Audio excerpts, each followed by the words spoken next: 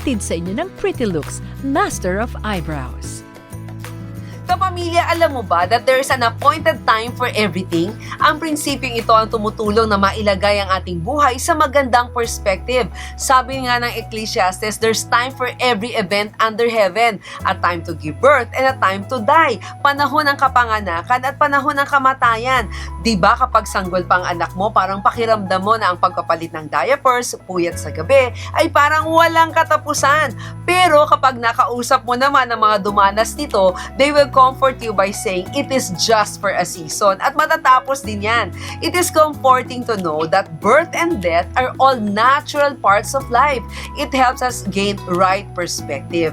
Mahalagang malaman na may oras sa lahat ng bagay. A time to plant and a time to uproot. A time to tear down and a time to build. Minsan talagang kailangan i-demolish ang isang lumang building, di ba? Para makapagpatayo ng bago at mataas na building.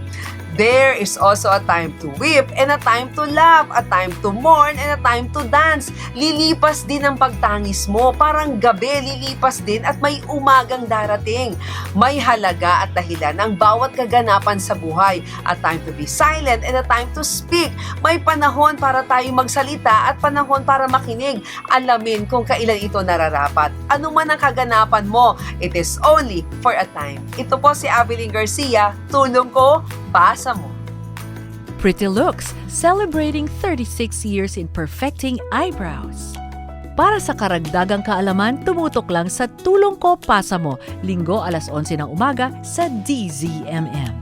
Tulong ko, pasa mo, gaganda.